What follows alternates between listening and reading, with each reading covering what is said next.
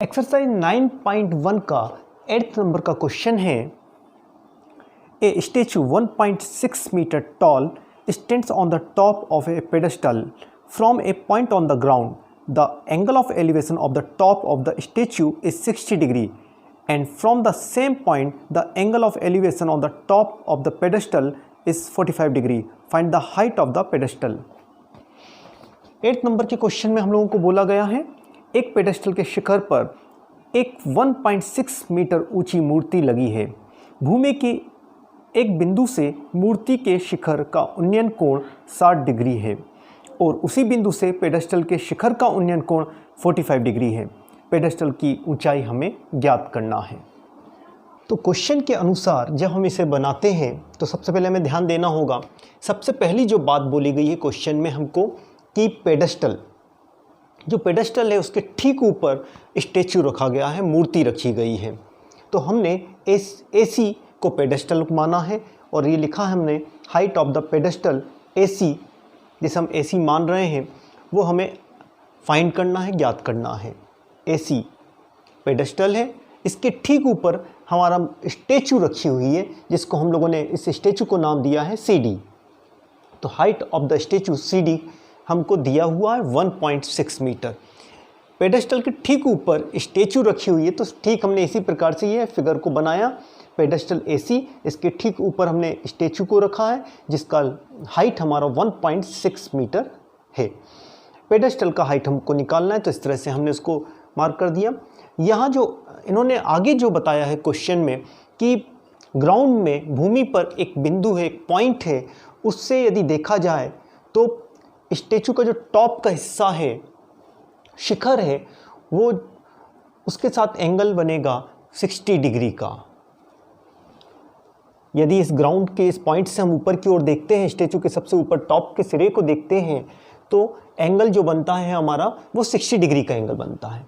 Same इसी प्रकार इन्होंने बोला कि यदि हम पेडेस्टल के टॉप को देखें तो पेडेस्टल का टॉप ये होगा और उसी पॉइंट से, सेम पॉइंट जो हमने B यहाँ पे मान रहे हैं, उस B पॉइंट से जो एंगल होगा हमारा पेडेस्टल के टॉप का, वो एंगल कितना है 45 डिग्री।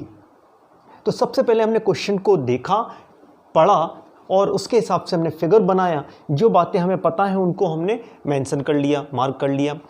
बाकी चीज़ें, ये सारी जो चीज़ें हैं इसमें आप ये सब मान रहे हैं कि AC पेडेस्टल है और अपने क्वेश्चन के अनुसार इसको हमें निकालना है, ज्ञात करना है।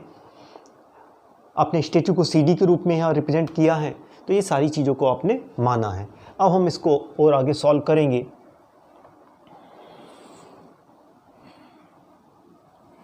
इसको सॉल्व करने के लिए भी हम लोगों को निकालना क्या है, पेडेस्टल की हाइट, पेडेस्टल का हाइट निकालना है। तो सबसे पहले हमें, चूँकि हम लोग देख रहे हैं कि इसमें दो एंगल्स की बात की जा रही है, तो दो ट्राइंगल हमें प्राप्त होते हैं। एक ट्राइंगल मिल रहा है हमें ABC और एक मिल रहा है हमें ABD। तो ये दो ट्राइंगल हमें देखने को मिल रहे हैं, ABC और है ABD। दोनों का बेस, आधार एक ही है। तो जब हम इस छोटे ट्राइंगल को लेते हैं तो हम लोग देखते हैं पेडेस्टल का भी हमें नहीं मालूम है, इस AB के बारे में भी हमें कोई जानकारी नहीं है। हम एक काम करते हैं, इसको हम H लिख लेते हैं, H। इसको हमने मान लिया कि ये हाइट हमारा AC की जगह हमने इसको मार्क कर दिया क्या, H, इसका हाइट। और सबसे पहले इस ट्रायंगल ABC को लेते हैं, triangle ABC, triangle ABC। In triangle ABC में क्या होगा, पेडेस्टल और हमारा प्रयास है ये हाइट को लेना और इस बेस को लेना, क्योंकि ये एंगल अगर ये वाला है तो ये ठीक इसका परपेंडिकुलर ये बेस हो जाएगा। तो हम इन दोनों को यदि लेते हैं तो आएगा हमारा tan 45 degree perpendicular upon base. तो परपेंडिकुलर क्या है AC, बेस क्या है AB। परपेंडिकुलर को तो हमने H माना है और AB को हमने AB के रूप में लिख दिया। tan 45 डिग्री का जो वैल्यू होता है वो 1 होता है और यदि हम यहाँ 1 रखते हैं तो आएगा आपका HAB। इस AB का क्रॉस मल्टीप्लिकेशन कर देंगे तो AB किसके बराबर आ जाएगा, हमारा h के बराबर आ जाता है। इस तरह से हम लोग देखते हैं, हमने पहले इस छोटे ट्राइंगल में जब हमने ट्रिग्नोमेट्री रेशियो का फार्मूला लगाते हैं तो ए बी का जो वैल्यू निकल कर आता है वो हमारा कितना, h ही आता है। जस्ट पेडेस्टल की हाइट के बराबर उसका बेस है। अब हम इस बड़े ट्राइंगल को लेते हैं। बड़े ट्राइंगल को लेंगे तो फिर हमारा प्रयास होगा कि ये बेस रहे और ये हमारा परपेंडिकुलर रहे। तो इसके लिए फिर हम tan का फार्मूला लगाएंगे। तो tan 60 डिग्री, क्योंकि इस बार ये इस बड़े एंगल की बात की जाएगी, tan 60 डिग्री, 60 डिग्री के लिए बात कर रहे हैं। तो परपेंडिकुलर अपान हमारा होता है बेस, तो परपेंडिकुलर क्या हो जाएगा, AD। तो यहाँ लिख देते हैं हम क्या, AD। बेस क्या हो जाएगा हमारा, AB। अब आप देखिएगा इस AD को हम ऐसा लिख सकते हैं क्या, 1.6 प्लस h। इस AD को हम लोग ऐसा लिख रहे हैं 1.6 प्लस h, ये हिस्सा h है, ये 1.6 है, दोनों को ऐड कर देंगे तो AD निकल आएगा। तो इसको हमने AD को कुछ इस प्रकार से लिख दिया 1.6 प्लस h, ऐसा लिखा जा सकता है। तो ये ध्यान रखिएगा, AD को हमने कुछ इस प्रकार से लिख दिया h प्लस 1.6। AB आप लोगों ने अभी निकाला था h होता है, तो इसकी जगह हमने h लिख दिया।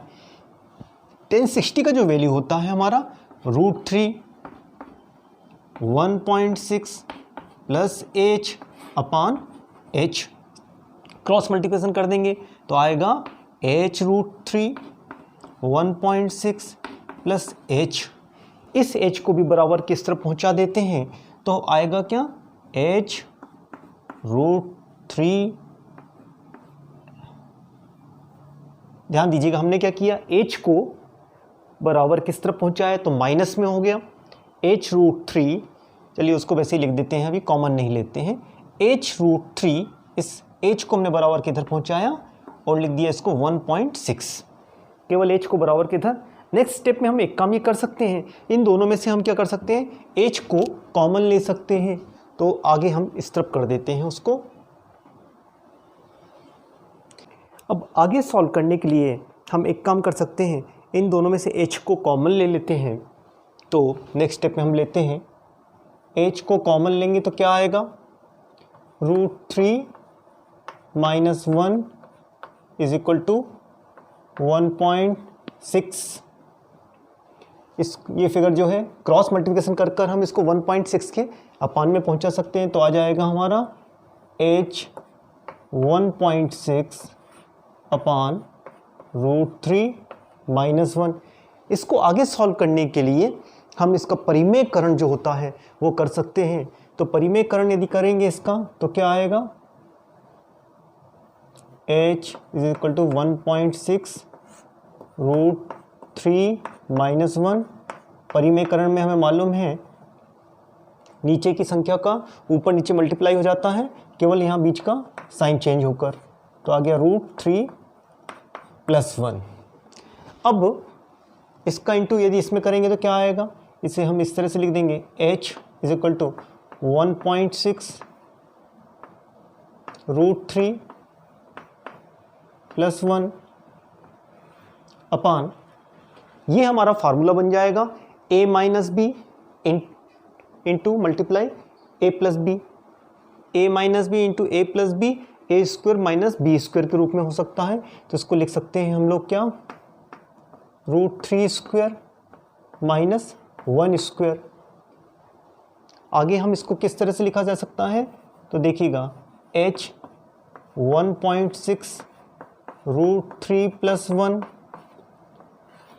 इसको यदि सॉल्व करेंगे तो √3 का स्क्वायर करेंगे 3, 1 का स्क्वायर करेंगे 1, 3 माइनस 1 2। तो यहाँ क्या आना है 2, 2 से इसको कैंसिल करेंगे तो आएगा हमारा h 0.8 √3 प्लस 1। इस 2 से हमने 1.6 को डिवाइड किया तो आ गया हमारा 0.8 इंटू √3 प्लस 1। इसको हम यही आंसर मान सकते हैं, या फिर हम इसको आगे भी सॉल्व कर सकते हैं √3 का वैल्यू रखकर 1.73।